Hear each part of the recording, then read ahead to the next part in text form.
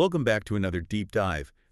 If you are tuning in hoping for just a standard, a run-of-the-mill recap of box scores and dunk highlights, you might want to buckle up. Yeah, this isn't that kind of breakdown. No, not at all. Yeah. Because what we saw in the NBA over the last 48 hours wasn't just basketball. I mean, it was a case study in human psychology. It really was. We saw the full spectrum of the human experience compressed into 4 quarters, and in some cases, double overtime. It was a completely wild ride.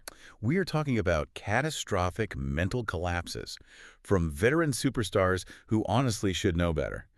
We're talking physical altercations spilling right into the stands. Oh, yeah, that got ugly. And perhaps the most irrational, confusing, game-winning performance I think I have ever witnessed. It was a weekend that proved the game is played just as much between the ears as it is between the lines. Maybe even more so, Exactly. Yeah. So our mission today for you guys listening is to really cut through the noise of a busy schedule. We have a massive stack of stories here that we need to unpack. A lot to get through. Right. We're going to break down the Houston Rockets' completely inexplicable implosion against the Knicks. Then a shooting nightmare in Phoenix that somehow birthed a miracle for Jalen Green. That was something else. Then we'll cover the heavy physical toll that Wynn took on the Suns, specifically involving Dillon Brooks. And we'll look at the Scottie Pippen Jr. fight in Memphis. And finally, some real darkness clouding Jaden Ivey's future in Detroit. Yeah. That Ivy story, that one is going to stick with people. It is heavy, but it is important to talk about. It is. But I think we have to start at Madison Square Garden. The Knicks versus the Rockets. Now, I want you to picture this. You are a Rockets fan. It is the fourth quarter.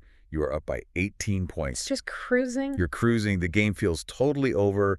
What could possibly go wrong? Honestly, everything, absolutely everything could go wrong, and it did. This wasn't just a loss, was it? I mean, this felt different watching it. No, this was a disintegration. It was a total structural failure. If you just look at the raw data, the Rockets were outscored 30-12 in the final period. But that scoreline actually flatters them. It was so much uglier than that. How do you blow an 18-point lead in the modern NBA that quickly? Was it just the Knicks getting insanely hot? Because usually when you see a swing like that, it's because someone, I don't know, hits 5 threes in a row. Not entirely. I mean, the Knicks played well, which we will get to, but the Rockets effectively just stopped playing basketball. Right. For 3 quarters, Houston was disciplined. They had maybe 3 or 4 turnovers combined for the entire game up to that point. They were taking care of the rock, moving it well. Which is the exact formula for winning on the road at MSG. You have to be solid. You can't give the crowd a reason to get into it. Precisely. Then the fourth quarter starts, and they turn the ball over 10 times. 10 turnovers in 12 minutes. They went through a stretch of roughly 7 minutes without scoring a single point. 7 minutes. That is an absolute eternity in NBA time. That's like 2 commercial breaks and a timeout.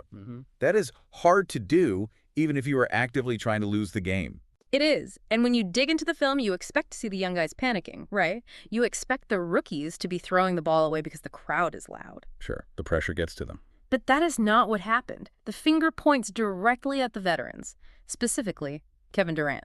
KD, he is usually the calmest guy in the room. The Slim Reaper doesn't panic. Usually, yes. But he had 3 catastrophic turnovers down the stretch. And listen, these weren't forced errors by great defense. They were completely unforced errors. I remember he committed an offensive foul at a really crucial moment. He did. But there was one play. I am looking at my notes here.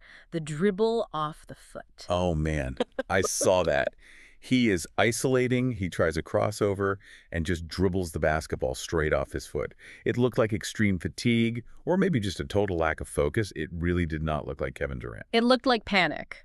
But there was an even worse moment. A moment that I think it truly defines this entire loss for Houston. KD has the ball. Amen Thompson is standing directly under the basket. I mean, he is wide open. Right. There isn't a Knicks jersey within 5 feet of him. The easiest 2 points of the night. A literal layup drill. And what happened? Durant doesn't throw the pass. He completely ignores him. He tries to force a play into heavy traffic. And José Alvarado, who, credit to him, is a total pest on defense, just pokes it away, steals it, and goes the other way. That is baffling. Is that just tunnel vision? Is that hero ball gone wrong? It is a trust issue. In the clutch, players tend to revert to their deep-seated habits. KD reverted to this mindset of, I have to do this myself, even when the simple math of the play said to pass the ball. Yeah. And it wasn't just him either.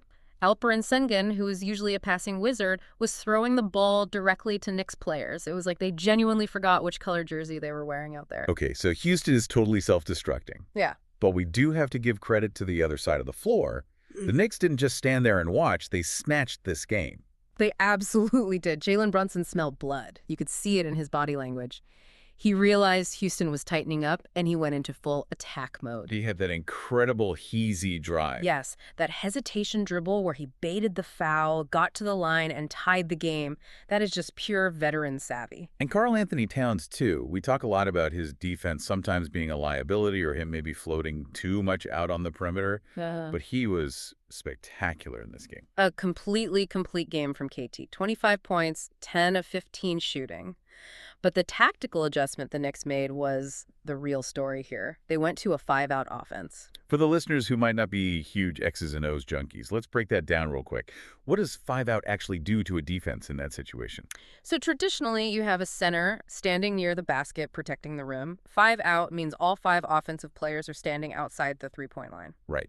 Because KT is such a deadly shooter, the Rockets' center, Sengun, had to come all the way out to the perimeter to guard him. He couldn't stay in the paint. Which obviously leaves the paint wide open. Zero rim protection. Completely empty. It turned the lane into a literal runway for Brunson. The Rockets had to pick their poison.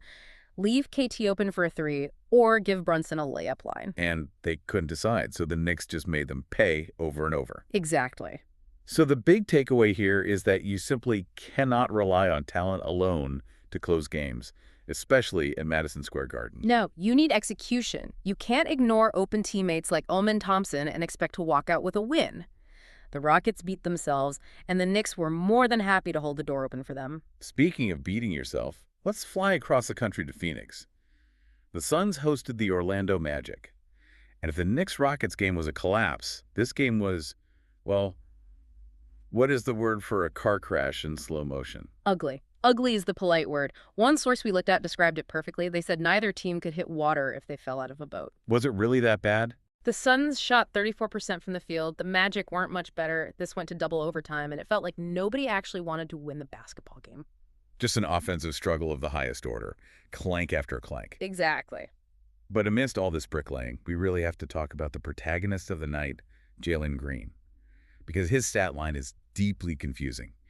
If you just logged on and looked at the ending, you would think he was the MVP of the league. It is the Jalen Green paradox. If you watched the first 46 minutes of this game, you would have confidently said Jalen Green should be benched immediately. He was, what, 4 for 24 from the field heading into the final moments? 4 for 24, that is nightmarish. And it wasn't just that he was missing open shots. The process was terrible. He was driving without a plan. Just out of control. Completely. He would get into the paint, 3 defenders would collapse on him, and instead of kicking it out to an open shooter on the wing, he would try to force up a highly contested layup over 3 guys. So he is actively hurting the team at that point, stagnating the entire offense. Hurting them.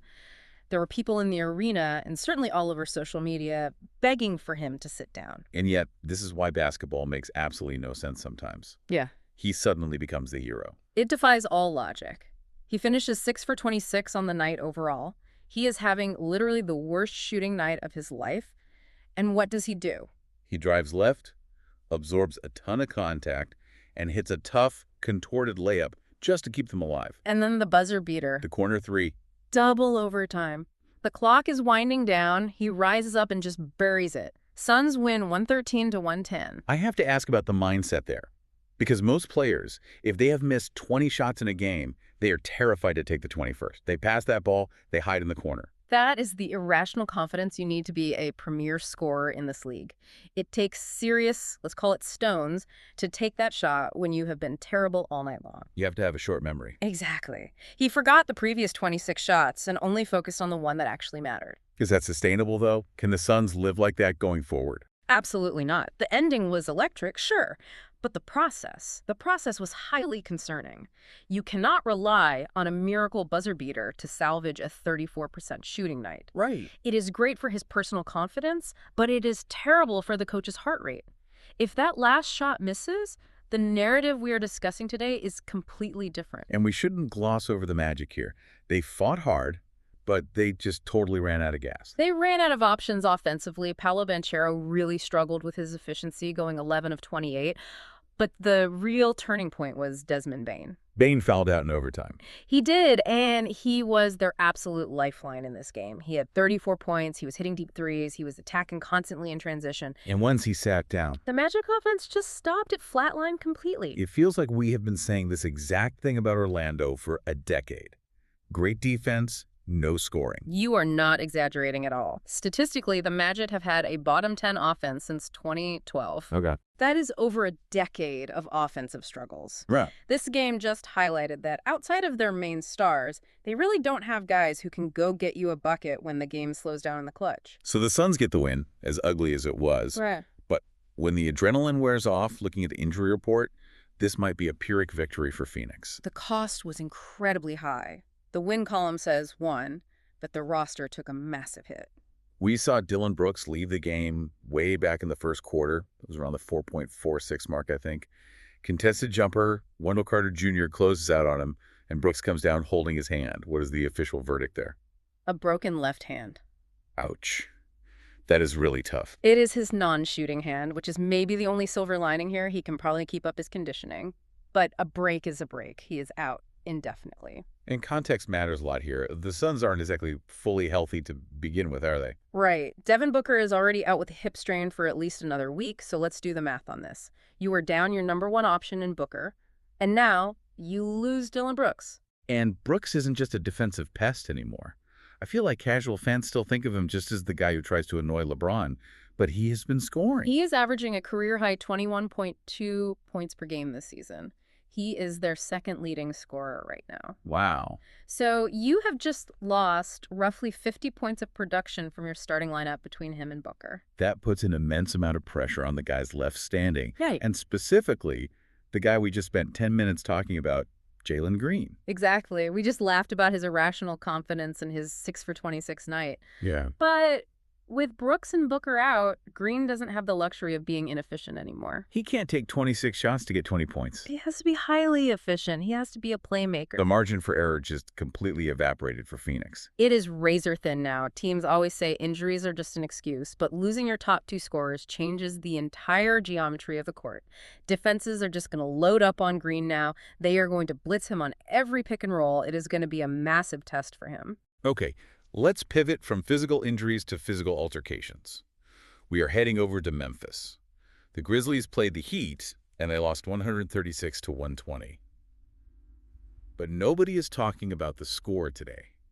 They are talking about the fight. Yeah, things got very ugly very fast in that one. The Grizzlies are in a brutal stretch right now. They have lost 11 of their last 14 games. They are effectively tanking the season away. And then Scottie Pippen Jr. gets into it with the Heat.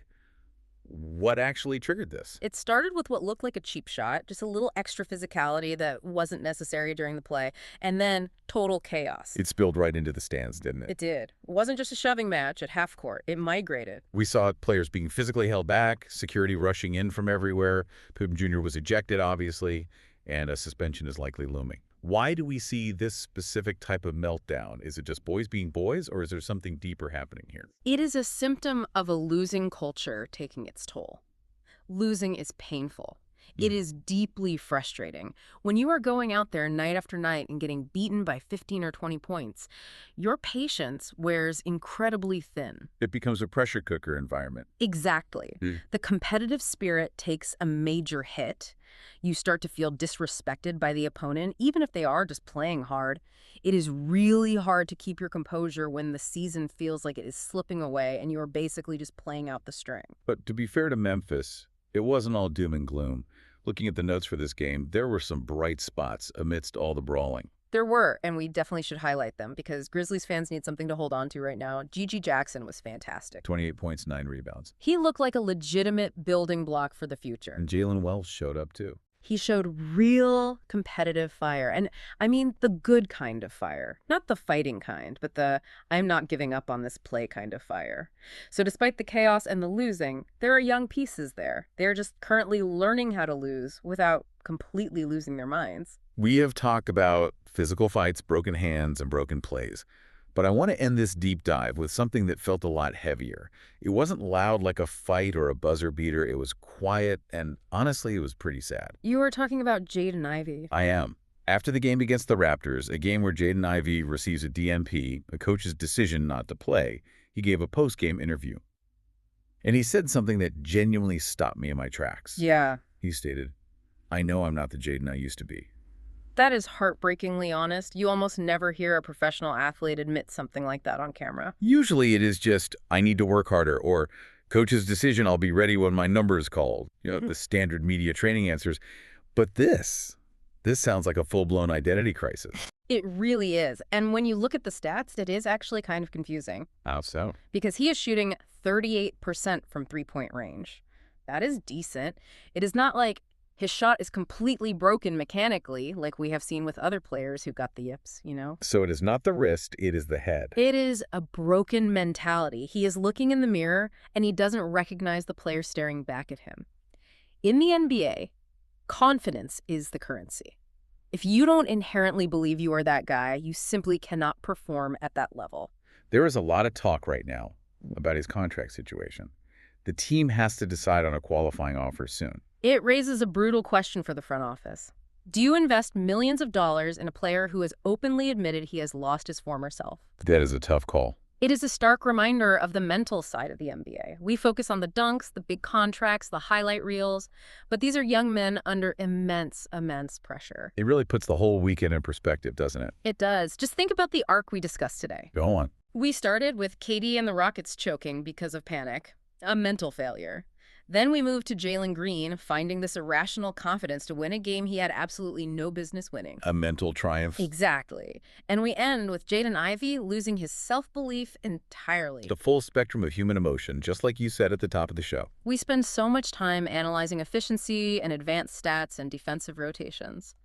But this weekend proved that mentality is still the biggest variable in basketball. Without a doubt. Whether it is the audacity to shoot that terrible shot or the crippling doubt that makes you hesitate, the game is so often decided by what is happening in your head. That is a fascinating way to look at it for sure. Mentality is king. Well, that is a wrap on our breakdown of this wild NBA weekend. It was definitely one for the books. One to remember, for better or worse. Thank you for listening. Please comment, like, subscribe if you're on YouTube. Spotify, please leave 5-star review. It will help the channel grow. Until next time, please check our previous episodes.